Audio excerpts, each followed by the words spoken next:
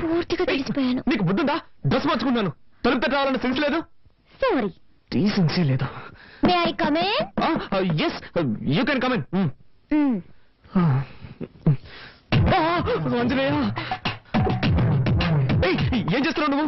Dress change చేసుకుంటున్నాను. అది తెలుస్తోంది, నేనున్నాను కదా, ఇక్కడే చేసుకోవాలా? ఊరికే అరవకండి. ఈ ఇంట్లో నాకు ఇచ్చిన రూమ్ ఇదే. ఉదయాన్నే అక్కయ్య అత్తయ్య చెప్పారు, నువ్వు ఏం చేసుకోవాలన్నా నీ రూమ్ లోనే చేసుకో, మమ్మల్ని డిస్టర్బ్ చేయొద్దు అని. సో నేను ఎక్కడికి వెళ్తాను? ఎక్కడికైనా పో, కానీ ఇక్కడ మార్చుకోకూడదు. ఓకే. అయ్యో, అలాగే బయటకు వెళ్ళి నా పరువు తీకు. ఇక్కడే మార్చుకుని తగలడు, నేనే బయటకు వెళ్తాను.